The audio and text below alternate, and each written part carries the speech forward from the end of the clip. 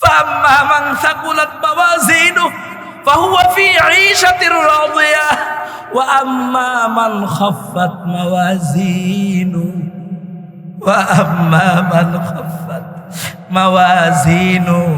আমল নামা একেবারে হালকা, গুনাহ অনেক বেশি। নবী গুনাহ অনেক বেশি। ফায়সালা হয়ে গেল জাহান্নামে নিয়ে যাবে, কারণ লোকটা তো জাহান্নামী। আল্লাহ পাকের নবী মাথাটা নিচে করে রাখবেন হাসরের ময়দানে, কারণ উম্মত তো তার জাহান্নামেই যাবে। এখন তিনি কি করবেন? দয়ার নবী, মায়ার নবী, রাহমাতাল লিল আলামিন মাথাটা নিচু করে দিয়ে পকেটের মধ্যে তিনি হাত দিবেন হাসরের ময়দানে।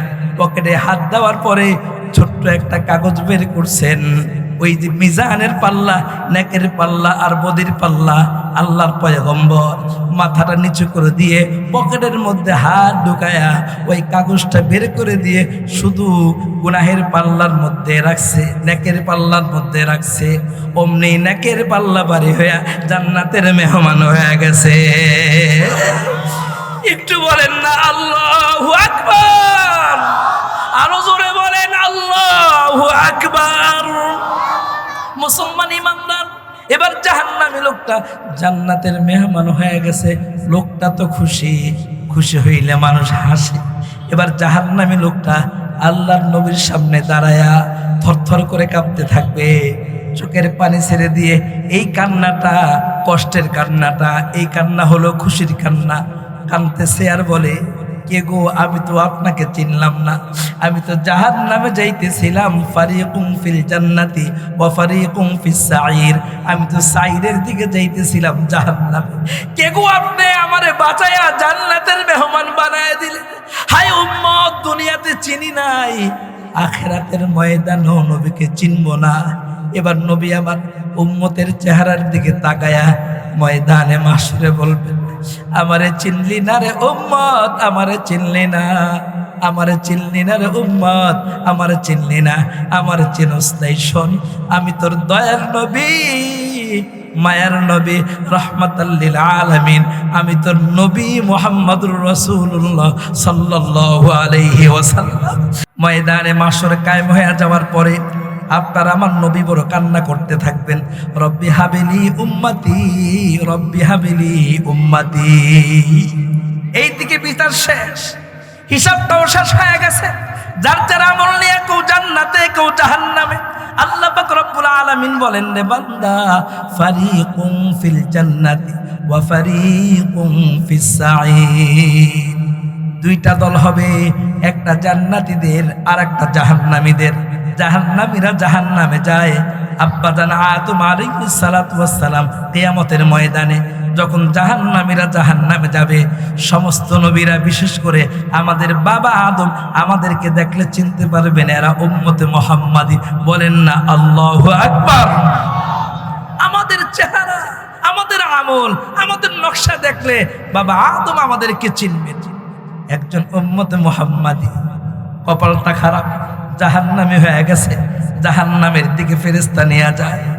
হযরত আদম বাবার দিলে বড় ব্যথা, আমার সন্তান মুহাম্মদ, মুহাম্মাদের সন্তান জাহান্নাম, মুহাম্মাদের উম্মত জাহান্নামে যায়। আল্লাহর নবী দৌড়ে আসছে আল্লাহর পয়গম্বরের কাছে। বাবা আদম ডাক দিয়া বলে, এরে আহমদ, এই জায়গার মধ্যে তুমি বসে আছো, অথচ তোমার এক উম্মতকে জাহান্নামে ফেরেশতা নিয়ে যায়। আল্লাহর পয়গম্বর দৌড়ায়া ফেরেশতাকে বলবে, কুম বিইজনিল্লাহ, ভাইরে আল্লাহর জন্য একটু দাঁড়ায়া যা। এবার দাঁড়াবে, আল্লাহর পয়গম্বর জিজ্ঞাসা করবে, এই তো আমার উম্মত, এর কোথায় নিয়ে যাও?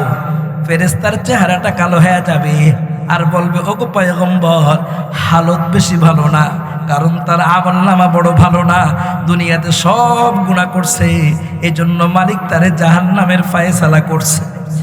আল্লাহর নবীর গাল বেয়ে টপ টপ করে পানি পড়বে। নবী বলে, ওরে ফেরেশতা, আমার উম্মতের আমল হইল, উম্মত আমার জাহান্নামী হয়ে গেল, আমারে যদি আর একটা বার সুযোগ দাও, আমি আমার মালিকের সাথে কথা বলি, আমার মালিকের কাছে কথা বলে বিচারটা রিভিউ করতে চাই, আর একবার দেখতে চাই আমার উম্মতের হালতটা কি। অমনি আল্লাহর পয়গম্বর উম্মতকে যে জাহান্নামে ছিল ওরে দাঁড় করায়া, ফেরেশতাও পাশে দাঁড়ায় আছে। হযরত ফেরেশতা আল্লাহর নবীকে বলে, ওগো পয়গম্বর, আপনি যার গোলাম আমিও তার গোলাম, আপনি যার কথা শোনেন আমিও তার কথা শুনি। আপনার রব যিনি, আমার রবও তিনি। আমি আমার রবের আদেশ পালন করতে গিয়ে আপনার উম্মতকে জাহান্নামে নিতেছি। আল্লাহর নবী বলেন, একটু দাঁড়াও, আমি একটু আমলনামাটা দেখে দিই আসলে ঘটনা কি। এবার আল্লাহর পয়গম্বর আকাশের দিকে তাকায় বলবে, মালিক, আমার উম্মত জাহান্নামে যায়, আমার উম্মত জাহান্নামে হয়ে গেছে, জাহান্নামের দিকে নিয়ে যায়। ও আল্লাহ, আমারে যদি একটা বার দেখার সুযোগ করে দিতেন, আর একটা বার মাররাতান উখরা, একটা বার দেখান। বড় কষ্টের উম্মত, এই উম্মতের জন্য নবী দাঁত ভেঙেছে, এই উম্মতের জন্য নবী রক্ত ঝরাইছে। তায়েফের ময়দানে আল্লাহর পয়গম্বর এই উম্মতকে দাওয়াত দিতে গিয়ে দাওয়াত দিয়েছেন পেঁপের শরীর থেকে, পেঁপে ফল থেকে যখন আমরা কেউ কাটা দিই, খোঁচা দিই, পেঁপে থেকে যেইভাবে টপ টপ করে কষ পরে, কষ সাদা কষ পরে, আমার পয়গম্বরের শরীর থেকে এইভাবে টপ টপ করে রক্ত পড়ছে তায়েফের ময়দানে। ওগো আল্লাহ, বড় কষ্টের উম্মত জাহান্নামে যায়, সহ্য করতে পারি না। আল্লাহ, একটা বার আমারে দেখা, উম্মত আমার জাহান্নামে যায়, একটা বার আমারে দেখা, একটা বার আমলনামা দেখা। এবার আল্লাহ পাক রব্বুল আলামিন বন্ধুর কথা ফালাইতে পারবেন না। বন্ধু, ঠিক আছে, তুমি আবার দ্বিতীয়বার দেখো। এবার আল্লাহ পাক রব্বুল আলামিন ফেরেশতাকে বলবে, ফেরেশতা, আমার বন্ধু মুহাম্মাদুর রাসূলুল্লাহ একটা আবদার করেছে, সে দেখতে চায় তার উম্মতের আমলনামা দেখায় দাও। এবার ফেরেশতা আল্লাহর নবীকে বলে, নবী আমার একটু তাকান, আমি আবার আমলনামা টান দিতেছি, আবার আমলনামা দেখাইতেছি। আল্লাহর পয়গম্বরের সামনে জাহান্নামী উম্মতের আমলনামা এবার টান দেওয়া হইতেছে। পয়গম্বর আমলনামার দিকে তাকায় আছে। আল্লাহ তাতগাউ ফিল মিজান ওয়া আকিমুল ওয়াজনা বিল কিসতি ওয়া লা তুখসিরুল মিজান। আবার মিজানের পাল্লাটা দাঁড় করায় দিছে। এবার মাপ হয়ে গেছে। মাপ হয়ে যাওয়ার পরে আল্লাহর পয়গম্বর দেখলেন ঠিকই আছে, সব গুনাহ করছে, এই জন্যই তো জাহান্নামে আসছে। কখনো নামাজ কাজা করছে, ওই গুনাহ আছে, কখনো মায়ের গালি দিছে, ওই গুনাহ আছে, কখনো বাবারে গালি দিয়েছে, ওই গুনাহ আছে, কখনো আলেমকে গালি দিয়েছে, ওই গুনাহ আছে, কখনো নবীকে গালি দিয়েছে, ওই গুনাহ আছে। আবার কখনো কখনো আল্লাহকে পর্যন্ত ছাড়ে নাই। আওয়াজ করে বলেন কথা ঠিক কিনা? আল্লাহকেও ছাড়ে নাই। ফাম্মা মান সাকুলাত মাওয়াজিনুহু ফাহুয়া ফি ঈশাতির রাদিয়াহ ওয়া আম্মা মান খাফফাত মাওয়াজিনুহু ওয়া আম্মা মান খাফফাত মাওয়াজিনুহু, আমলনামা একেবারে হালকা, গুনাহ অনেক বেশি, নবী গুনাহ অনেক বেশি। ফায়সালা হয়ে গেল, জাহান্নামেই নিয়ে যাবে, কারণ লোকটা তো জাহান্নামী। আল্লাহ পাকের নবী মাথাটা নিচে করে রাখবেন হাসরের ময়দানে, কারণ উম্মত তো তার জাহান্নামেই যাবে। এখন তিনি কি করবেন? দয়ার নবী, মায়ার নবী, রাহমাতাল লিল আলামিন মাথাটা নিচু করে দিয়ে পকেটের মধ্যে তিনি হাত দিবেন হাসরের ময়দানে। পকেটে হাত দেওয়ার পরে ছোট্ট একটা কাগজ বের করছেন, ওই যে মিজানের পাল্লা, নেকের পাল্লা আর বদির পাল্লা। আল্লাহর পয়গম্বর মাথাটা নিচু করে দিয়ে পকেটের মধ্যে হাত ঢুকায়া ওই কাগজটা বের করে দিয়ে শুধু গুনাহের পাল্লার মধ্যে রাখছে, নেকের পাল্লার মধ্যে রাখছে। অমনি নেকের পাল্লা বাড়ি হইয়া জান্নাতের মেহমান হয়ে গেছে। একটু বলেন না আল্লাহু আকবার? আরো জোরে বলেন আল্লাহু আকবার। মুসলমান ইমানদার, এবার জাহান্নামী লোকটা জান্নাতের মেহমান হয়ে গেছে। লোকটা তো খুশি, খুশি হইলে মানুষ হাসে। এবার জাহান্নামী লোকটা আল্লাহর নবীর সামনে দাঁড়ায়া থরথর করে কাঁপতে থাকবে, চোখের পানি ছেড়ে দিয়ে। এই কান্নাটা কষ্টের কান্নাটা, এই কান্না হলো খুশির কান্না। কাঁদতেছে আর বলে, কে গো, আমি তো আপনাকে চিনলাম না, আমি তো জাহান্নামে যাইতেছিলাম। ফারিকুম ফিল জান্নাতি ওয়া ফারিকুম ফিস সাইর, আমি তো সাইরের দিকে যাইতেছিলাম, জাহান্নামে। কে গো, আপনি আমারে বাঁচায়া জান্নাতের মেহমান বানায় দিলেন। হায় উম্মত, দুনিয়াতে চিনি নাই, আখিরাতের ময়দানেও নবীকে চিনবো না। এবার নবী আমার উম্মতের চেহারার দিকে তাকায়া ময়দানে মাশরে বলবেন, আমারে চিনলি না রে উম্মত, আমারে চিনলি না, আমারে চিনলি না রে উম্মত, আমারে চিনলি না, আমারে চিনস নাই। শোন, আমি তোর দয়ার নবী, মায়ার নবী, রাহমাতাল লিল আলামিন, আমি তোর নবী মুহাম্মদুর রাসূলুল্লাহ সাল্লাল্লাহু আলাইহি ওয়াসাল্লাম। দেখ আমার দিকে দেখ, আমি তোর সেই নবী যাদের জন্য দন্দন মোবারক শহীদ করেছি। আমি তোদের সেই নবী, যেই নবী তোদের জন্য রক্ত দিয়েছে। এবার জাহান্নামী লোকটা জান্নাতি হইয়া কিছু কথা বলতে চায়। ওগো নবী, আপনাকে দেখার সুযোগ হয় নাই, আজকে যেহেতু আপনার সাথে সাক্ষাৎ হয়ে গেল, একটা প্রশ্ন করতে চাই গো নবী, উত্তর দিবেন? আল্লাহর নবী কয়, তোর কত প্রশ্ন আছে কর, তুই সমস্যা নাই, কত প্রশ্ন করবি কর, কোনো সমস্যা নাই। এবার আল্লাহর নবীর মুখের দিকে তাকায়া জাহান্নামী নতুন জান্নাতি বলে, নবী আমার, আমি তো জাহান্নামের মেহমান ছিলাম, নবী একটু বলবেন নি হঠাৎ করে কিভাবে আমি জান্নাতি হয়ে গেলাম, একটু বলবেন নি? এবার আমার নবী রাহমাতাল লিল আলামিন ময়দানে মাহশরে বলবেন, এরে উম্মত, যদিও ঠিক মতো নামাজ পড়স নাই, ঠিক মতো রোজা রাখস নাই, অনেক গুনাহের কাজ করছস কবিরা, মায়ের সাথে বেয়াদবি করছস, বাবার সাথে বেয়াদবি করছস, অনেক সময় অনেক গুনাহের কাজ করছস, কিন্তু মাঝে মাঝে ওয়াজ মাহফিলে গিয়া অথবা কোনো নিরালায় বসে বসে আমি নবীর দুরূদ পড়ছিলি সাল্লাল্লাহু আলাইহি ওয়াসাল্লাম, সাল্লাল্লাহু আলাইহি ওয়াসাল্লাম, সাল্লাল্লাহু আলাইহি ওয়াসাল্লাম, সাল্লাল্লাহু আলাইহি ওয়াসাল্লাম। নিরালায় একা একা বসে বসে আমি নবীর শানে দুরূদ পড়েছিলি বলে, হা, মাঝে মাঝে পড়তাম, মনটা ভালো থাকলে। আল্লাহর নবী বলবেন ময়দানে মাশরে, আমার জন্য যখন তুই সালাম পাঠায়া দুরূদ পড়ছস, ওই দুরূদ আর সালামটা ফেরেশতারা আমার রওজার মধ্যে পৌঁছায় দিয়েছে। আর ওই দুরূদের আমলের কাগজটা আমি আজকে নিয়ে আমি তোর নেকের পাল্লায় রাখার কারণে আল্লাহ তোরে জান্নাতের মেহমান বানায় দিছে। فأما من ثقلت موازينه فأما من ثقلت موازينه فهو في عيشة راضية। আমল নামাটা ভারী হয়ে গেছে, এখন আমরা জান্নাতের মেহমান হয়ে গেছি। আর আমল নামাটা যদি হালকা হয়ে যায় তাহলে আমরা জাহান্নামে যাব। এই জন্য আল্লাহ পাক রব্বুল আলামিন বলেন, বান্দা, দুনিয়াতে জান্নাতে যাওয়ার জন্য জান্নাতি সামানা কামাই করে নিয়ে আসো। দুনিয়াতে থাকতে জান্নাতি সামিয়ানা তুমি কামাই করে আনো।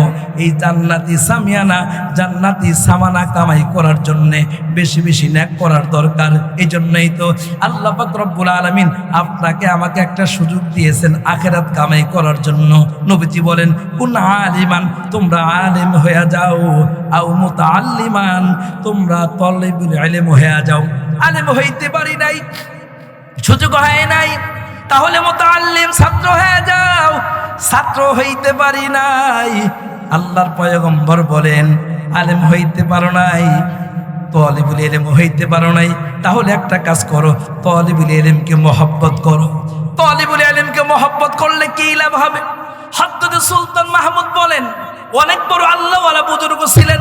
সুলতান মাহমুদ গাজনবীর জীবনের একটা ঘটনা আপনাদেরকে শোনায় আমি আপনাদের কাছ থেকে বিদায় নিব। সুলতান মাহমুদ গাজনবী, তিনি ভারতকে 17 বার অভিযান করেছেন, বড় আল্লাহওয়ালা বাদশাহ ছিলেন। এই সুলতান মাহমুদ গাজনবী আল্লাহর বান্দা, হঠাৎ করে যেন কি হয়ে গেছে, ছাত্রদেরকে, টুপিওয়ালাদেরকে দেখলে দাঁড়ায়া যায়, ছোট্ট ছোট্ট বাচ্চাদেরকে দেখলে দাঁড়ায়া যায়। হঠাৎ যেন তার আমলের মধ্যে পরিবর্তন, কি যেন কি হয়ে গেছে। ছোট্ট ছোট্ট তালিবুল ইলমদেরকে দেখলে আল্লাহর বান্দা এইভাবে দাঁড়ায় থাকে। কয়েক মাস এরকম হওয়ার পরে সমস্ত প্রজারা ধরেছে, কারণ সবার নজর এক না, কেউ ভালো নজরে দেখছে, আবার কেউ বাঁকা নজরে দেখে। আওয়াজ করে বলেন কথা ঠিক কিনা? কেউ ইমাম সাহেবকে দেখলে ওস্তাদ জি বলে, আবার কেউ ইমাম সাহেবকে দেখলে মোল্লা বলে। আওয়াজ করে বলেন ঠিক না বেঠিক? এই লোক এখনো আছে, ওই জামানাও ছিল। অধিকাংশ মানুষগুলো নেগেটিভ নিয়েছে, পজিটিভ সংখ্যা খুব কম। আজকে বাদশাহ সে তার সিংহাসনে বসছে, কোনো এক কাজে একজন দাঁড়ায় বলে, জাহাপনা, ছোট্ট একটা প্রশ্ন আছে আপনার কাছে, ছোট্ট একটা প্রশ্ন।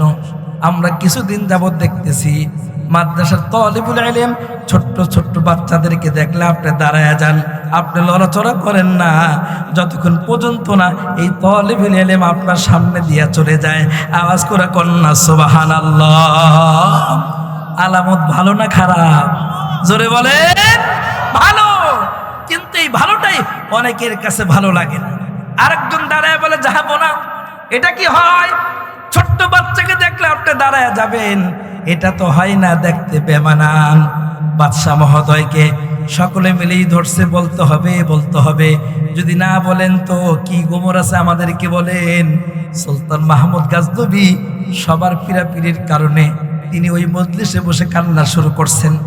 এবার বাদশার চোখে পানি, সবাই ভয় পেয়ে গেছে, কারণ বাদশা ভদ্র মানুষ, হয়তো বা রাগ উঠে গেছে, কাউকে কিছু বলতে পারে না, এই জন্য বেশি রাগের কারণে মেজাজটা গরম হয়ে গেছে। বাদশা কান্না শুরু করছে। এবার কিছু কিছু লোক বলে, জাহাপনা বলতে হবে না, আমরা আপনার কাছে ক্ষমা চাই। বাদশা বলে, না, তোমরা যেহেতু জানতে চাও, শোনো তাহলে। আমি এই মাদ্রাসার তালিবুল ইলমদেরকে দেখলে কেন দাঁড়ায় যাই, একটু শুনে যাও কেন দাঁড়ায় যাই। এবার বাদশা ডাক দিয়া বললেন, সবাই মনোযোগ দিয়ে শোনো রে বাবা। বাদশা ডাক দিয়া বলেন, ও আমার সাথীরা, সবাই খেয়াল করে শোনো, এই তালিবুল ইলমদের জন্য, তাদেরকে দেখলে এই জন্য দাঁড়ায় যাই, এই তালিবুল ইলমের কারণে আল্লাহ তাআলা আমারে জান্নাতের মেহমান বানাইবেন আশা করি। আওয়াজ করে কন্যা সুবহানাল্লাহ।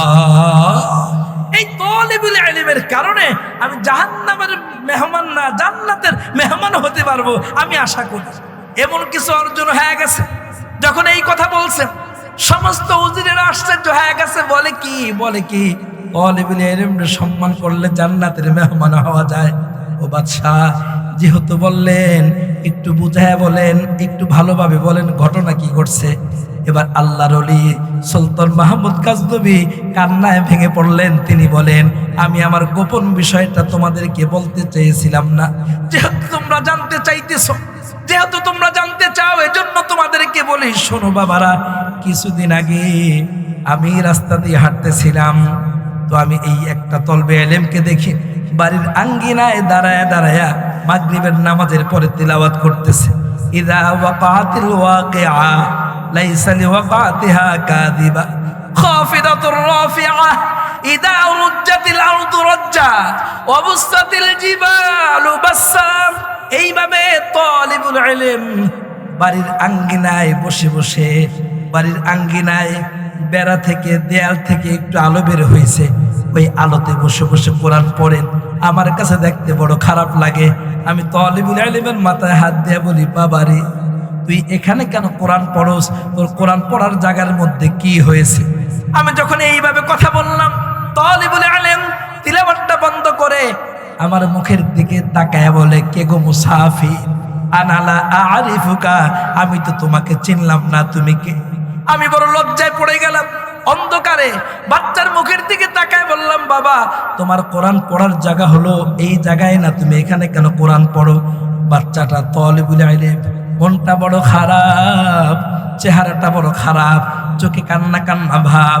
ওই ছোট্ট বাচ্চাটা আমার মুখের দিকে তাকায় বলে, মুসাফির, আমি যেখানে কোরআন পড়তাম আজ বেশ তালিবুল ইলম যখন আমাকে বলতেছিল, আমি তালিবুল ইলমের মাথার মধ্যে হাত বুলায় বললাম, বাবা, তুমি যেই জায়গায় কোরআন পড়তা, জায়গাটা কোন জায়গায়? ঠিকানা দিয়ে দিল, কথার কথা, অমুক জায়গায় আমি কোরআন পড়ি। আল্লাহর বান্দা বললেন, যাও, আগামী কালকে মাগরিবের পরে তুমি ওই জায়গার মধ্যে আলো পাইবা, আল্লাহর কালামের তিলাওয়াত করতে পারবা। আমি ওয়াদা করলাম। ওয়াদা করে আসার পরে পরের দিন থেকে আমি ওই জায়গার জন্য যেখানে কোরআন পড়া হয় আওয়াজ করে বলেন কোরআন কার, আরো জোরে বলেন কোরআন কার। আল্লাহর কোরআন যেই জায়গার মধ্যে তিলাওয়াত করা হয় ওই জায়গায় তুমি আগামী কালকেই তিলাওয়াত করতে পারবা। এইভাবে দাঁড়ায় কষ্ট করতে হবে না, ঠিক আছে। এইভাবে ওয়াদা করলাম। ওয়াদা করার পরে আমি তেলেরও ব্যবস্থা করে দিলাম। তালিবুল ইলম পরের দিন সে তার কোরআন পড়ার জায়গার মধ্যে কালামের তিলাওয়াত করতেছে। কালামের তিলাওয়াত সে করতেছে।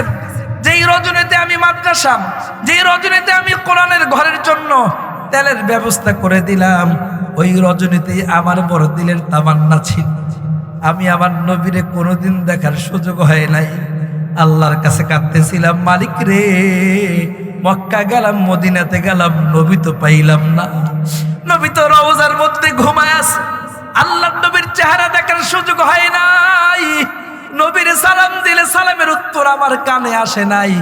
ওগো মালিক, তাহাজ্জুদ পড়ে কান্না করতাম, মালিক রে তোর কাছে আর কিছু চাই না, তোর কাছে শুধু আমার নবীকে স্বপ্নে একটাবার দেখতে চাই, এই আমার আশা। এইভাবে আমি মালিকের কাছে দীর্ঘদিন যাবৎ কান্না করতেছি। যেই দিনে তালিবুল ইলমদের জন্য কোরআনের ক্লাসে আমি আলোর ব্যবস্থা করে দিলাম, আমি কোরআনের ব্যবস্থা করে দিলাম, কোরআনের ঘরে তেলের ব্যবস্থা করে দিলাম। ওই দিন রাত্রিবেলাও আমি এশারের নামাজ পড়ে 2-4 রাকাত নামাজ পড়ে ঘুমাইছি।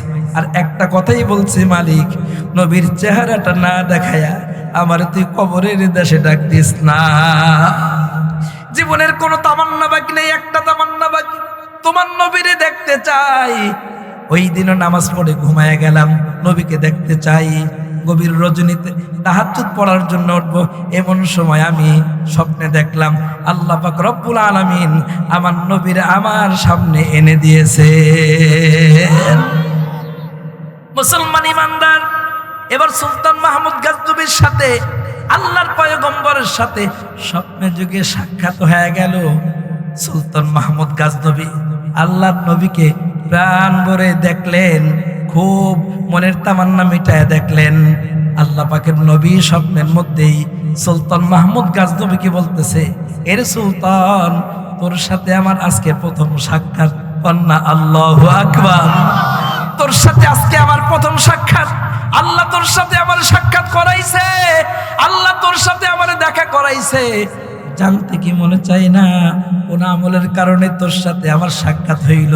জানতে কি মনে চাই না আমি স্বপ্নের মধ্যেই আবেগে আপ্লুত হয়ে গেলাম আর বললাম, ওগো নবী আমার বলেন না কোন আমলের কারণে আপনার সাথে সাক্ষাৎ হইল?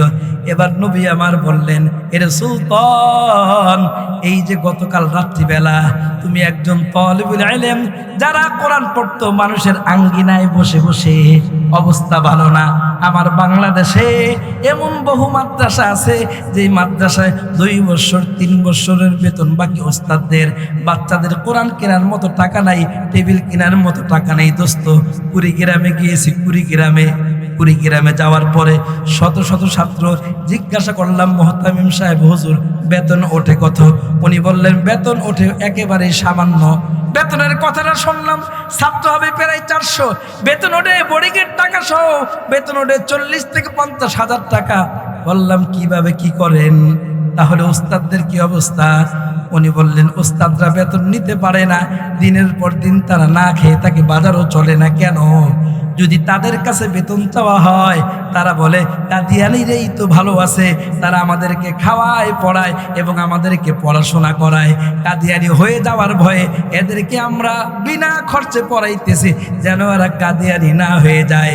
তুমি আমি ঢাকার মধ্যে বসে আছি দোস্ত, এমন বহু গ্রাম আছে কাদিয়ানিরা মুসলমানের সন্তানকে একটু খাবার দিয়া লোভ দেখায়া কাদিয়ানি বানাইতেছে। আওয়াজ করে বলেন কথা ঠিক কিনা? মৃত্যুর পরে যদি মালিক জিজ্ঞাসা করে, তোরে টাকা দিয়েছি, তোরে জমিদার বানাইছি, তোরে বাড়িওয়ালা বানাইছি, তুমি মনে করো বাড়িওয়ালা হয়ে খুব শান্তিতে আছো? না, মালিক বলে ইন্নামা আমওয়ালুকুম ওয়া আওলাদুকুম ফিতনা। ওগো বাড়িওয়ালা ভাই, ওগো জমিদার ভাই, ওগো টাকাওয়ালা ভাই, এই আয়াতের তাফসীরটা পড়বা তুমি। আল্লাহ বলেন সূরাতুত তাগাবুনের 15 নম্বর আয়াতে আল্লাহ বলেন ইন্নামা আমওয়ালুকুম ওয়া আওলাদুকুম ফিতনা। তোমারে আমারে আল্লাহ টাকা দিয়া পরীক্ষা করে, বান্দার সামনে কেউ না খেয়ে থাকলে সে তাকে খাবার দেয় কিনা। যদি খাবার না দেয়, তার খেজমত না করে, তাহলে সে হবে আল্লাহর জাহান্নামী। আল্লাহর গোলাম বলতেছিলেন, আল্লাহর নবী আমাকে বললেন ওই তালিবুল ইলমকে তুমি তেলের ব্যবস্থা করে দেওয়ার কারণে ওই তালিবুল ইলম আল্লাহর কাছে হাত উঠাইছে, মালিক রে দীর্ঘদিন হয় এই জায়গায় কোরআন শরীফ পড়তে পারতাম না, তোমারে মুসাফির ব্যক্তি আমি তারে চিনি না, তুমি তো চিনো। আল্লাহ যে আমাদের দিলের তামান্না পুরা করলো, কোরআন পড়ার জায়গায় আলোর ব্যবস্থা করে দিল। আল্লাহ জানি না তার কোনো তামান্না আছে কিনা, যদি তার জীবনের কোনো তামান্না থাকে মালিক তামান্নাকে পুরা করে দাও।